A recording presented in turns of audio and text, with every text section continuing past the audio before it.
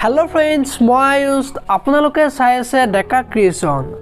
আপোনালোকৰ কাৰণে এটা গুৰুত্বপূৰ্ণ খবৰ লৈ আহিছো আহক ভিডিওটো আৰম্ভ কৰো নদীৰ পাৰত মহিলাৰ অৰ্ধ উলংগ মৃতদেহ উদ্ধাৰ ধৰ্ষণ কৰি হত্যা নে আত্মহত্যা এয়া ৰহস্যৰ আৱৰ্তত লখিমপুৰ জিলাৰ অসম অৰুণাচল প্ৰদেশ সীমান্তৰ ডিক্ৰং দলঙৰ সমীপত উদ্ধাৰ এগৰাকী মহিলাৰ মৃতদেহ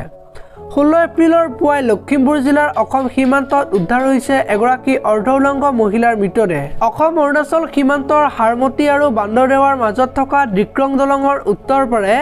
উদ্ধাৰ হৈছে অৰ্ধ উলংগ অৱস্থাত পৰি থকা এগৰাকী মহিলাৰ মৃতদেহ প্ৰত্যক্ষদৰ্শীয়ে দেখা পায় মহিলাগৰাকীৰ মৃতদেহটো ডিক্ৰং দলঙৰ অৰুণাচল প্ৰদেশৰ দিশত ডিক্ৰং নদীৰ কাষত পৰি আছিল মহিলাগৰাকীৰ মৃতদেহ কোনোৱে ধৰ্ষণ কৰি হত্যা কৰি এনেদৰে পেলাই থৈ গৈছে নে মহিলাগৰাকীক হত্যা কৰি মৃতদেহটো নদীত পেলাইছিল এয়া এক ৰহস্যৰ মাজত আৰক্ষীৰ তদন্ততে পোহৰলৈ আহিব সমগ্ৰ ঘটনাটো আনহাতে মহিলাগৰাকীৰ পৰিচয় সন্দৰ্ভতো কোনো তথ্য সদৰি হোৱা নাই